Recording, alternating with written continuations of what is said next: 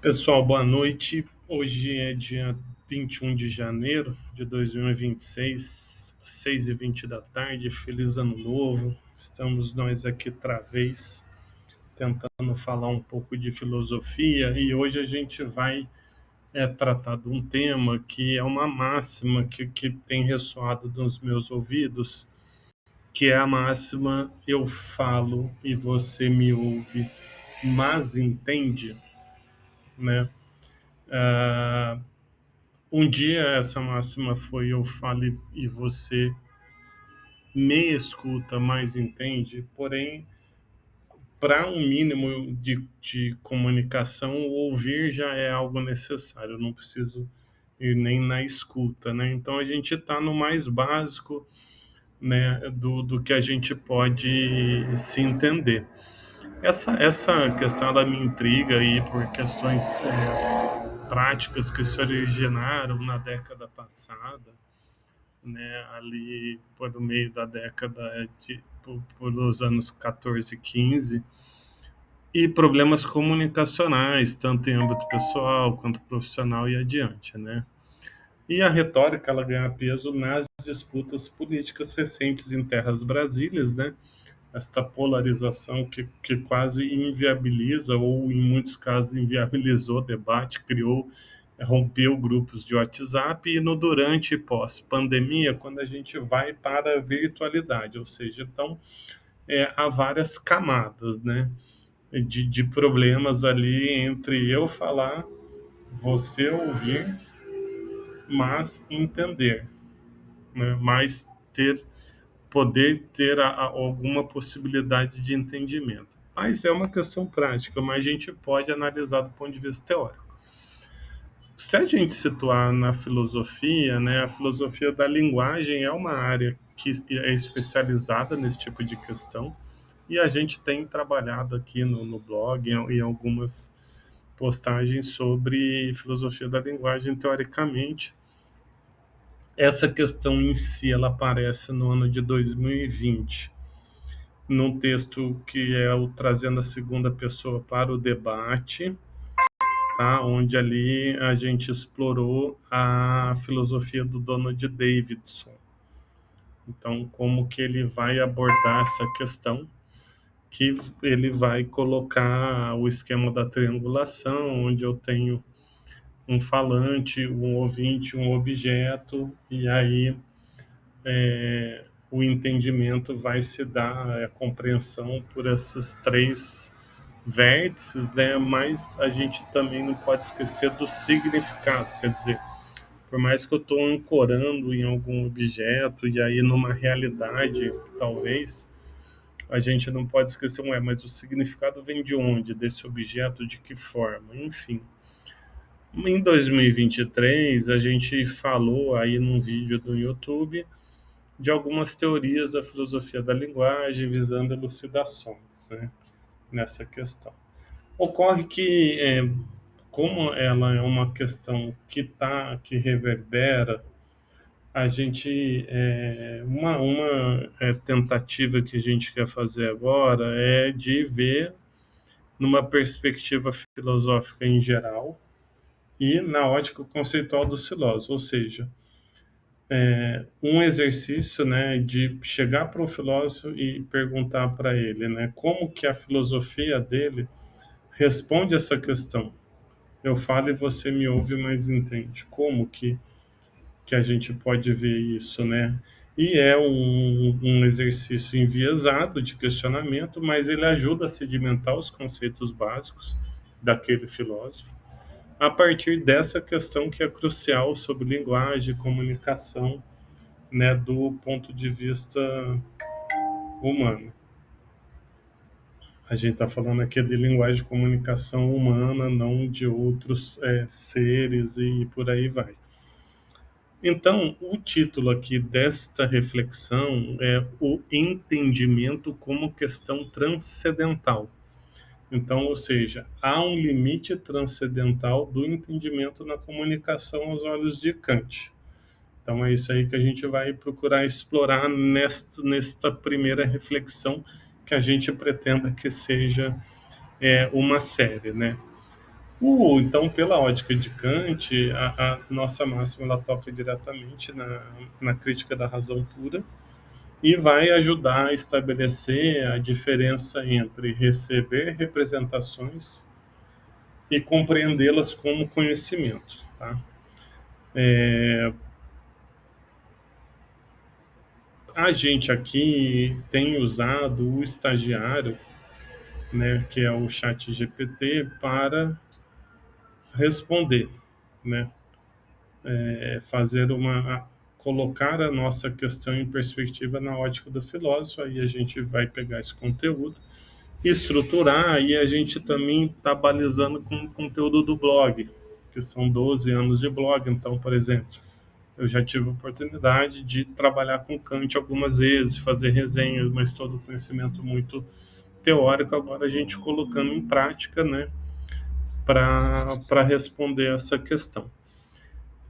Só para a gente falar do entendimento como questão transcendental, a gente já começar a limpar um terreno e tentar entender o que é transcendental, né? Cara, para o Kant, o transcendental não é algo místico, espiritual, além do mundo. Não. O transcendental é o que torna algo possível, tá? Ou seja, é algo que precisa estar funcionando para alguma coisa acontecer. Vamos pensar no óculos, né?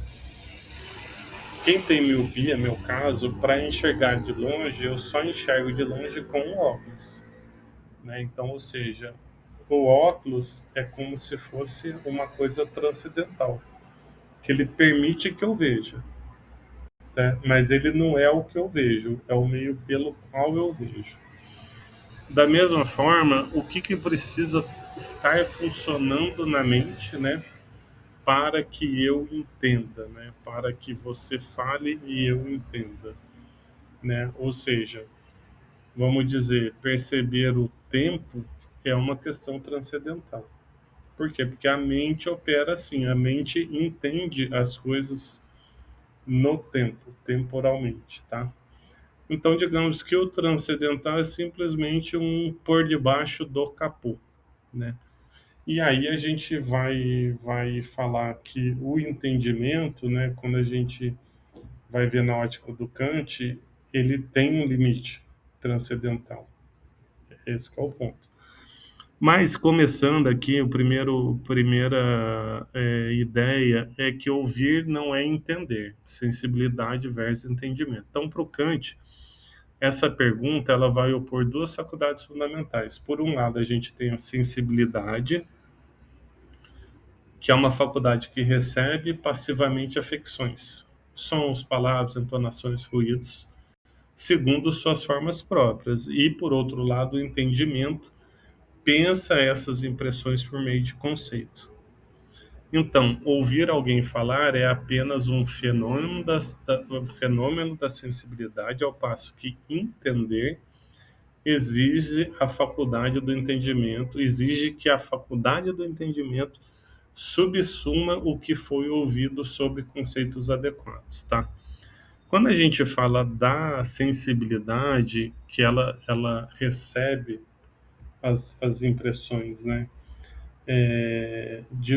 Segundo suas formas próprias, são as formas puras da sensibilidade, que são tempo e espaço, tá? Ou seja, a gente percebe as coisas já nessa pré-organização nossa de tempo e espaço, tá? Ou seja, um quando e um onde.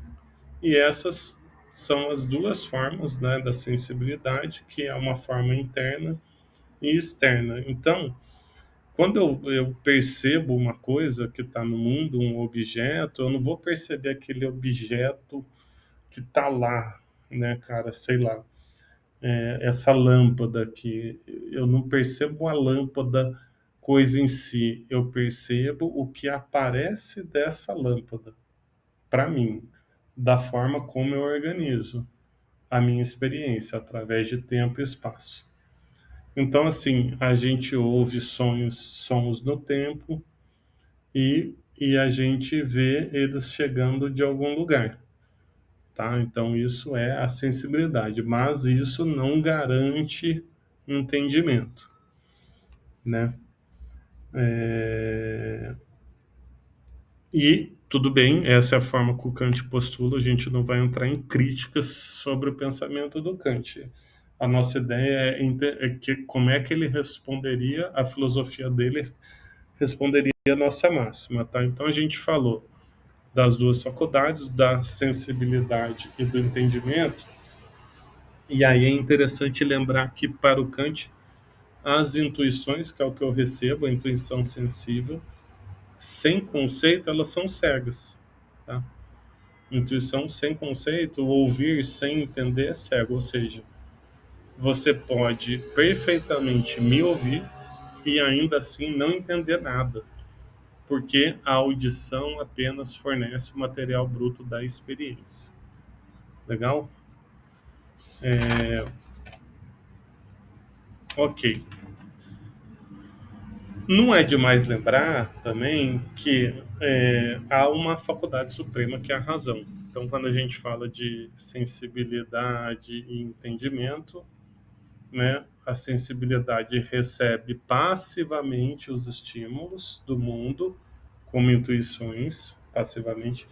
O entendimento organiza e unifica esses dados através de conceitos e categorias, e a razão vai buscar uma unidade total e absoluta do conhecimento para além dos limites da experiência. Então, sensibilidade e entendimento é o que vem da experiência. A razão, ela tenta sair disso, né?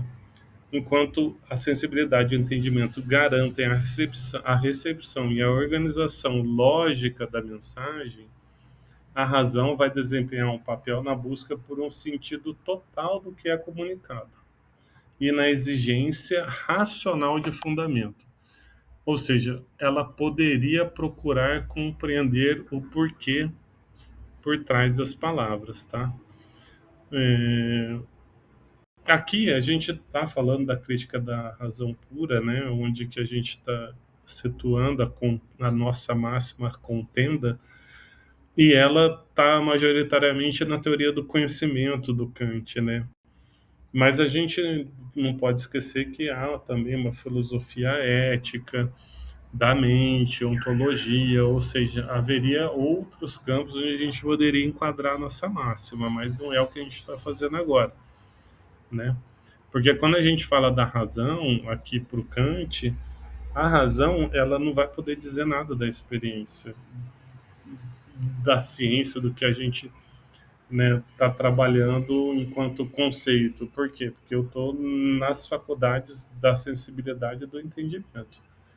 Entretanto, a razão ela vai poder sim ter um papel na parte ética, né, onde vai vir os princípios morais, tá? E aí depois até vai ter alguns dilemas do Kant. Então, assim, a razão, que é a terceira faculdade aqui que a gente está falando, ela tenta ultrapassar a experiência, buscando, por exemplo, uma totalidade. Ou seja, o mundo teve um começo. Eu não consigo, pela experiência, pela sensibilidade, saber se o mundo teve um começo. Essa é uma questão totalizante. Ou um fundamento último, qual a causa de tudo, né? São coisas, são perguntas que não podem ser vistas pela experiência, mas a razão ela tenta ir além, ou seja, a razão ela pode nos guiar em muitas coisas, mas ela pode às vezes querer ir longe demais e aí também trazer mal entendidos na no eu falo e você me ouve, mas entende, né? Quando ela tenta buscar respostas finais e totais, né? Quando isso não é possível através da experiência. Então, esse é o primeiro ponto, né? Quando a gente fala de sensibilidade e entendimento. Um segundo ponto, que dentro do Kant, é que o entender é uma atividade do sujeito, não é um efeito da fala, tá? Então, assim, a compreensão, ela não vai passar mecanicamente de um sujeito a outro desse ponto de vista, né? Tá?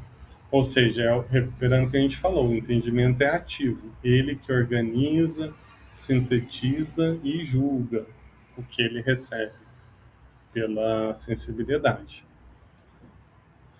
Portanto, quando eu falo, eu somente ofereço matéria para a sua experiência, já que o seu entendimento, propriamente dito, depende de você aplicar conceito, regras, esquemas e categorias.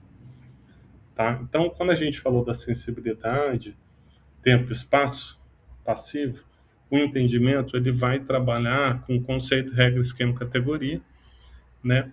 E as categorias, o que elas são as categorias, né, cara? Falando da faculdade do entendimento, são conceitos mais básicos, como se fossem conceitos puros, que eles são usados para pensar qualquer coisa.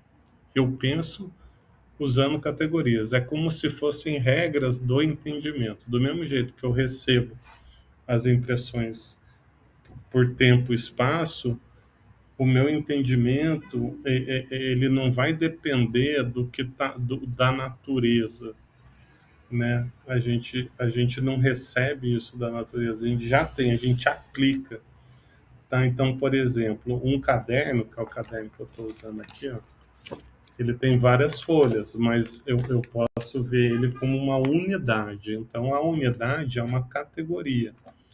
Ele está aqui, né, em algum lugar, ele é uma coisa, tá? Então eu tenho algumas as categorias dividido em qualidade, quantidade, modalidade e por aí vai, tá? Então, pela sensibilidade eu ouço sons, né? E pelo entendimento eu ouço alguém falando, né? Mas tudo isso depende desta atividade que é de cada sujeito. E aí a gente percebe que há esse limite estrutural da comunicação, que é quando a gente está falando do limite transcendental do entendimento, né? Não há uma garantia transcendental do que o seu entendimento acompanhará a minha fala. Mesmo que a gente partilhe a mesma estrutura, a gente partilha, eu tenho entendimento, você tem entendimento. Só que não é que ele seja improvável, é apenas que ele não é necessário a priori. O entendimento ele é possível, mas ele não é algo que está, segundo Kant, na na fala, ou seja, ele não se objetifica. Ele vai depender dessa atividade.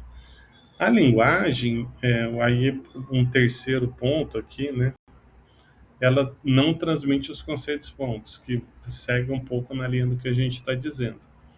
Os conceitos não são objetos que circulam pela linguagem porque são funções do entendimento. Ele é de cada um, né? Assim, quando eu falo, minhas palavras elas vão evocar representações em você que podem ou não ser organizadas sob os mesmos conceitos que você emprega. Então, aí que abre-se espaço para mal-entendido, não como um mero acidente psicológico, mas como uma possibilidade estrutural da razão. Então, olha que legal, né? Se a gente pegar esses últimos dois pontos, ou seja, que o entendimento ele depende de uma atividade do sujeito e os conceitos eles não são transmitidos na linguagem, né? A gente então enfatiza aqui um limite, né? Uma questão transcendental, né? Ou seja, não um defeito, né? Ou seja, quando eu estou falando e você está ouvindo e se você entende ou não, não é que pode haver um problema psicológico, ou seja, a pessoa não prestou atenção. Às vezes acontece isso, você fala com uma pessoa, depois você pode... Não, é que há um limite mesmo, estrutural, né? E também pode não haver um problema semântico, um problema de linguagem. Não, a frase pode não ser ambígua, ela pode ser uma frase cristalina, mas eu não consigo garantir transcendentalmente que a sua atividade ocorrerá de modo coincidente com a minha. E aí, vamos só falar de mais dois pontos, né, pegando Kant nessa primeira versão aqui da máxima, o papel dos esquemas, né, ou seja, mas espera aí, né, a gente quase se entende, né, parece que a gente está falando que é algo muito difícil, não, mas a gente quase se entende. E como é que o que vai ligar as duas faculdades aqui que a gente está falando, né? São os esquemas, né? É um termo kantiano. É ele que vai fazer uma mediação entre um conceito puro do entendimento e uma intuição sensível, né? A gente pode inferir, então, dado isso, por analogia, que algo semelhante ocorre na comunicação. O falante pressupõe certos esquemas compartilhados. Só que o ouvinte ele pode ter esquemas diferentes, tá? Não é que são arbitrários ou insuficientes, né? Não, eles são diferentes, né? E o resultado é o quê? Que você ouve, reconhece as palavras, mas não consegue esquematizar corretamente o que eu disse. Tá? Então, assim, não é totalmente arbitrário que é uma comunicação impossível, não, porque a gente compartilha as categorias que a gente comentou, né, que são 12 no Kant. A gente compartilha a estrutura, as faculdades e tudo mais. Porém, é a forma que a gente esquematiza, que a gente liga conceito com intuição, que varia de pessoa para pessoa. Então, só para pegar nesse ponto aqui, nesse penúltimo ponto, o esquema, ele, quando a gente está falando desse esquema, ele não é uma imagem, né? Tá? Ele é uma mediação produzida pela imaginação. A imaginação, ela é como se fosse uma faculdade, mas ela não é aquela, não é uma faculdade ali primária, tá? Ela tá associada ao entendimento, né? E ela é uma atividade de cada sujeito, tá? Então, assim, por mais que a gente compartilhe as mesmas categorias, a gente fale a mesma língua, a imaginação ela é livre para fazer essa conceituação, né? Ela está situada entre esse passivo do receber e o ativo do entender, passivo do ouvir e o ativo do entender. E também lembrando que essa esquematização que a gente está falando aqui do Kant, ela também é contextual, tá? E também quando eu estou falando eu falo e você me ouve, mas entende, a recíproca também é verdadeira. Você fala e eu te ouço, mas eu entendo, não é que eu te entendo, é que eu entendo em geral, não é uma coisa pessoal, por isso que não tem também esse pronome reflexivo, até onde a gente está postulando essa máxima. Por fim, o último ponto aqui é a dimensão normativa do entendimento, ou seja, cabe ressaltar então que entender não é apenas ter uma imagem mental, né? Essa imagem aí que é criada pela faculdade da imaginação, mas é ser capaz de julgar, dar razões e aplicar corretamente um conceito. Logo, então, para Kant, entender implica a possibilidade de dizer isso é assim porque, tá? Ou seja, assim sendo, se você ouve e não consegue integrar o que ouve em juízos racionais, então a gente não se entende, kantianamente falando. Apenas houve uma recepção sensível. Essa dimensão normativa é interessante, então, é isso, ou seja, ah, tá, eu estou entendendo, isso é assim por causa disso. Tá, então, se isso é assim por causa disso, eu estou aplicando um conceito de uma forma correta. E aí, por que ele é normativo? Porque é entender, é saber o que conta como certo e como errado. Então, é esta que é a norma, que vem do julgamento do entendimento, dessa atividade do sujeito. Beleza, gente? Cara, é um primeiro passeio aqui pelo Kant, né? Então, assim, fechando aqui esse passeio comunicativo ali pelo Kant, a gente pode dizer que ele reformularia a nossa máxima como algo do tipo: eu forneço intuições por meio da fala. Se há entendimento, isso depende da síntese conceitual que você realiza. Ou, mais sucintamente, ouvir é passivo. Entender é um ato do entendimento e nenhum ato pode ser exigido como necessidade transcendental, tá? O entendimento é uma faculdade transcendental, mas entender um ato específico do entendimento não é uma necessidade.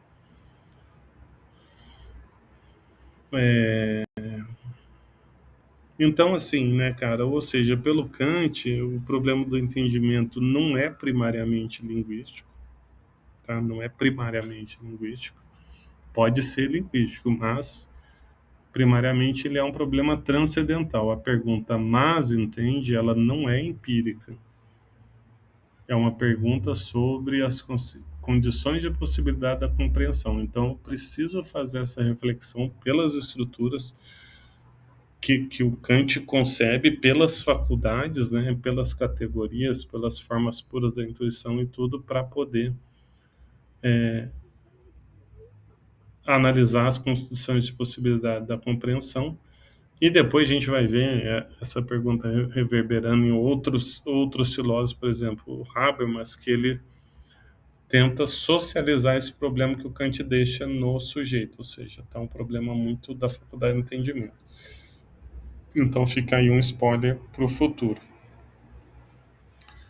Por fim, uma provocação final, como a gente está falando do Kant e tudo, eu acompanho o Dr. Gregory Sadler, que é um professor que coloca aulas no YouTube, e ele comentando, guiado, fazendo uma análise do Ayer, né, que é um filósofo da linguagem, né, ou seja, especializado. Que ele vai dizer, né? Que grande parte das proposições metafísicas, então isso tudo que a gente está falando do Kant é metafísica, né? Eu falar de entendimento, de categoria, né, cara, são problemas metafísicos, né? Que ele vai dizer, o Ayer? Que grande parte das proposições metafísicas não tratam de problemas metafísicos, mas são problemas de linguagem, são problemas linguísticos. Por exemplo, ele cita, né, quando a gente vai falar dos universais, né, que é um problema clássico da filosofia, né? Ou seja, eu tenho um livro, outro livro, outro livro, outro livro, ou seja, eu tenho um homem, eu tenho uma humanidade, né? Eu tenho uma essência do homem, é uma humanidade, uma essência do ser humano. Eu posso ter vários livros e aí eu posso falar da essência de um livro. Então, essas coisas elas são consideradas universais. Não existe a humanidade, né? Mas quando a gente fala de um universal da humanidade, a gente é levado, né, para postular que essa essência existe, tá? Por exemplo, se eu falar livro é maravilhoso, né? Livro é maravilhoso. A humanidade é maravilhosa. Parece que a humanidade ela adquire uma existência. Por quê? Porque a gente fala dos universais gramaticalmente, né? Como se fosse substância, e a gente é induzido, a gente é seduzido pela linguagem a crer que os universais existem como entidades. E também por quê, né? Porque a gente pode predicar, né, desse algo, né, que predicar, né, de alguma coisa dessa entidade, né, predicando a gente pode concluir que ele existe, mesmo um livro particular. mesmo um livro particular. Então, por exemplo, um livro particular ou um caderno, né? Ele é uma série de páginas, ó, né?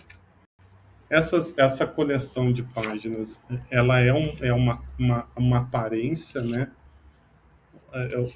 Ou ela é uma coisa única, ela é uma substância, uma coisa em si. E aí entra na coisa em si do Kant, né? Ou ela é apenas uma coleção de qualidade, uma aparência, apenas um dado do sentido, né? Então, quer dizer, a gente vê que a gente já está meio guiado, né, por uma estrutura, pensando kantianamente transcendental, e a gente tende ao modo como a gente usa a linguagem, aqui falando do Ayer, é substantivar muitas coisas, tá? Então, quer dizer, quando o Ayer já está lá na frente agora, né, 70 anos atrás, né, ele já está fazendo aqui como se fosse uma terapia linguística. A filosofia, ela passa a ser, pela filosofia da linguagem, algumas vertentes, uma terapia linguística, ou seja, entender como a linguagem funciona e resolver problemas filosóficos, tá? Ou evitar problemas filosóficos.